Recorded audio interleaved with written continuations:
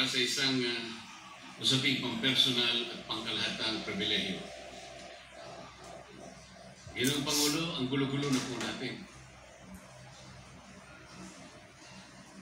Ito pong huling pagdinig sa Blue Ribbon Committee na kung saan ay lumabas po ang isang testigo na nagngangalang Master Sergeant Orly Cutesa. Ako po ay nabansagan na kulang po sa kortesiya. Para sa akin po ay hindi po tama na nagpapasaringan po tayo ng gano'n. Iisa po ang ating layunin. Hindi po tayo magkakalaban sa layunin na matuntun po natin ang pinaka-problema kung bakit nasadlag po ang ating bansa sa ganitong kalagayan. Hindi ko naman po kasalanan ako po ay hanapin ni Sergeant Cutesa. Hindi ko po siya kilala. Hindi ko po kasalanan kung ako po ang hinanap niya at hindi iba. Nung pong makita ko po yung kanyang salaysay, ang sabi ko lamang po sa kanya ay, kung malakas ang loob mo talaga at naniniwala kang dapat mong gawin ito para sa iyong bansa, dalawa lang ang pwede mong gawin para sa akin. Ipanotaryo mo yan, at kung malakas ang loob mo, bukas na umaga bago mag-alas 9, kailangan nandun ka na sa Senado. Alam po yung notaryo, para sa akin lang po yun. Gusto ko lamang siyang testingin kung talagang totoo nga ang kanyang mga gustong banggitin. Ang pinakamahalaga po ay haharap siya, tatayo, at susumpa sa kalagitnaan ng pagdinig. At doon ay pakikinggan natin. At doon ay sama-sama natin siyang i-interpolate. Tatanungin. Nakita naman po ninyo kung paano niya sinasagot ang bawat tanong. Walang pag-aalinlangan. Siya lamang po ang natatangi na testigo na kumonekta sa pangalan ni Saldico at Martin Romualdez. Wala nang iba. Ngayon po siya ay naharap sa napakaraming pasaring din. Bakit po ako ay walang kortesiya? Hindi po ba ako ay humingi ng panahon sapagkat hindi ko naman po alam kung talagang darating siya noong araw na yun, kaya hindi na po ako nagsabi. Gusto ko talagang paniwalaan darating siya. Dumating nga po siya, kaya ko siya inilabas. Pero kung pag-usapan po ay kortesiya, balikan po natin ang mga nangyari.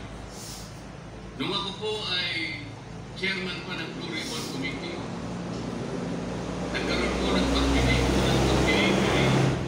August 19, 2025. Isang araw bago po nagkaroon ng pagdinig ang Blue Ribbon Committee, ang ating pong kasama, si Senator Lacson, ay nagkaroon po ng posting.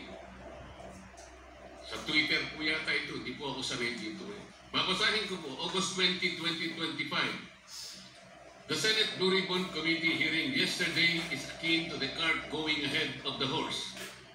Had the cart waited one day, it would not have missed the details of the truth about the many substandard ghost projects and more that will be exposed in my privileged speech today. Yun po ba ay courtesy?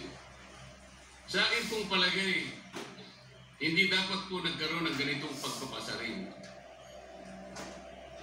Alam ko po ba kung sino-sino ang tatayo para mag-deliver ng privileged speech? Matagal ko na pong sinabi noon kung kailan po ang pagdinig. Wala po akong itinago. Ngunit kung sasabihin na kung naghintay kami ng isang araw, ay mas marami pa sanang mga detalye at katotohanan ang naihayag. Hindi po ba sinabi ko sa inyo noon, mismong Pangulo ng Republika ng Pilipinas ang nagbigay sa akin ng USB na nandun po lahat ang mga proyektong pinaghihinala ng ghost projects. Ayaw ko lamang pong ilabas ng isa-isa sapagkat sa aking pagkakaalam Pangulo, mali din po yung binigay na mga coordinate sapagkat ang pinagbasihan nila yung MYPS, hindi yung PCMA, na palagi ko pong binabanggit. Sapagkat kahit na po yung mga binanggit na projects ng ating kasama, salig po sa mga maling coordination. At saka konti lang, pinili lang. Nagkataon lang po maganda nga talagang pagkakapresent sapagkat ay kulang na lang po yung cinematography at saka screenplay. Kung meron pa lang sanang sound effects, baka nandun yun. Huwag po sana ganun magpasaringan tayo. Iisa po ang layunin natin dito eh. Yung matukoy natin kung sino ang merong utak dito. Na ngayon po ay unti-unti na po naihaya. Sino bang natatakot kay Martin Romualdez? Marami po siguro dito sa kapulungan ito. Pero hindi ako natatakot kay Martin Romualdez.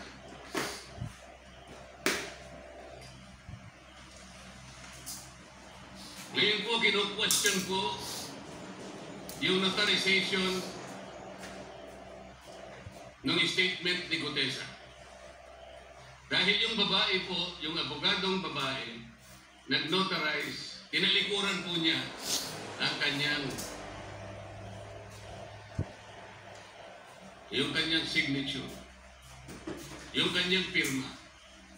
Nandyan po ba yung assistant natin para ipakita po natin? Ayan po yung huling bahagi ng dokumentong dinotaryo doon sa opisina ng abogadang babae na ngayon ay tinatalikuran niya ang kanyang pirma. Doon sa right side po, ayan po yung dinotaryo sa dokumento ni Gutesa. Yung kaliwa po ay iba pong dokumento. Tingnan po ninyo yung pagkakahawig. Ibig po ba ninyong sabihin, Ginoong Pangulo, yun pong notarial details, yun po yung kulay blue, na kung saan nandyan yung PTR, nandyan po yung MCLE number, nandyan po yung kanyang roll number, yung kanyang address. Nakuha po ba ni Gutesa mula sa opisina ng abogada at in-stamp niya? Pagkatapos po yung detalye na nasa bandang kaliwa na kung saan makikita nyo document number, page number, book number, series of 2025. Makukuha po ba ni Gutesa mula sa libro, mula sa notarial register ng abogado? Paano niya tingnan po ninyo yung kabila? Ganon din. Bakit po natin hahanapan ngayon si Gutesa at sasabihin pa natin dahil lamang tinalikuran ng babaeng nagnotaryo ang kanyang pirma? Pangkaraniwan na po kasi, Ginoong Pangulo, kahit pumunta kayo sa maraming lugar na kung saan nagnotaryo, hindi nyo po makikita ro ng abogado. Iaabot nyo lang sa kanyang papel ninyo, pagkatapos susuli niya sa iyo, pagkatapos nyo magbayad. Itatanong po ba ni Ginoong Gutesa bago siya umalis? Tatanungin po ba niya ito sa babaeng kausap niya kung sino man yun? Madam, kayo po bang may pirma nito? Wala pong ganun eh. Ngayon, kung tatalikuran po ng abogado na yun ang kanyang pirma, ako na po mismo ang magdidirect ng prosecution sa kanya para ma-disbar siya. Sapagkat ginagamit po niya yung opisina na yun. Pakita po ba natin, pwede po natin ipakita yung opisina, yung kanya, ayan po yung kanyang lugar. Ang opisina po niya ay sa Ermita, ngunit yan po ay ginagamit niyang address. Ayan po makikita ninyo. Notary Public 24/7. Ibig nyo sabihin nandyan at hindi na natutulog yung abogado na yan. Sigurado meron isang tao dyan na pumipirma. At ginagaya na lamang ng kanyang staff o secretary yung pirma niya.